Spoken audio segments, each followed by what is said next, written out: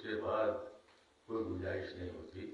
اور آج تو ویسے بھی وقت میں بھی کوئی گنجائش نہیں ہے۔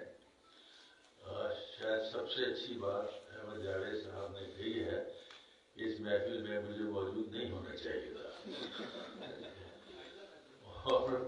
جتنے لوگ تشریف لائے ہیں میں دیکھ رہا ہوں، نام برام تو ان سب کا میں شکریہ ادا نہیں کر سکتا، لیکن مجھے اس بات کا احساس ہے کہ یہاں جتنے لوگ تشریف لائے ہیں وہ قصیدہ بردہ سے تعلق، اور اس کے علاوہ عربی ادب سے تعلق، اور ان چیزوں کے پہلو اس فقیر سے ایک دلی محبت کی وجہ سے تشریف لائے ہیں۔ میں ان کا بالکل فردن شکر گزار ہوں، خاص طور پر جن لوگوں نے آج سارے خیال فرمایا، صدارت فرمائی محبوب عالم صاحب نے، ان کا بہت ممنون ہوں۔ حافظ عثمان کی قابلیتوں کا ہمیشہ سے بہت مداح اور معترف ہوں، اور وہ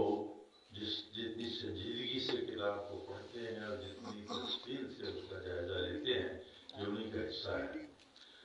اور اسی طرح سے ڈاکٹر محمد معین صاحب میرے بہت پرانے دوست بھی ہیں، اور جتنی ان کے ذہن میں عربی ادب سے لگاؤ ہے اور عربی کی ترویج کے لیے جس قدر پرجوش ہے، یہ ہم سب کے لیے ایک سبق آموز چیز ہے۔ تو ان کا خلوص اور ان کی جو بے غرضی، ان سب چیزوں کا میں ہمیشہ سے بدلاؤ معترف رہا ہوں، اور ان دونوں نے جائزہ لیتے ہوئے جن بعض چیزوں کی طرف توجہ دلائی اس پر بھی میں ضرور غور کروں گا۔ میں صرف اتنا عرض کرنا چاہتا ہوں کہ اس میں جو کچھ میں نے اپنے آپ کو جہاں تک محدود کیا تھا، مثلا اگر قصیدہ بردہ میں کچھ اشعار کیا پورے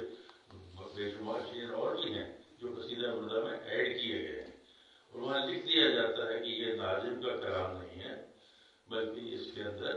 دوسروں نے ایڈ کیا ہے اور اپنی جگہ بہت اچھا ہے۔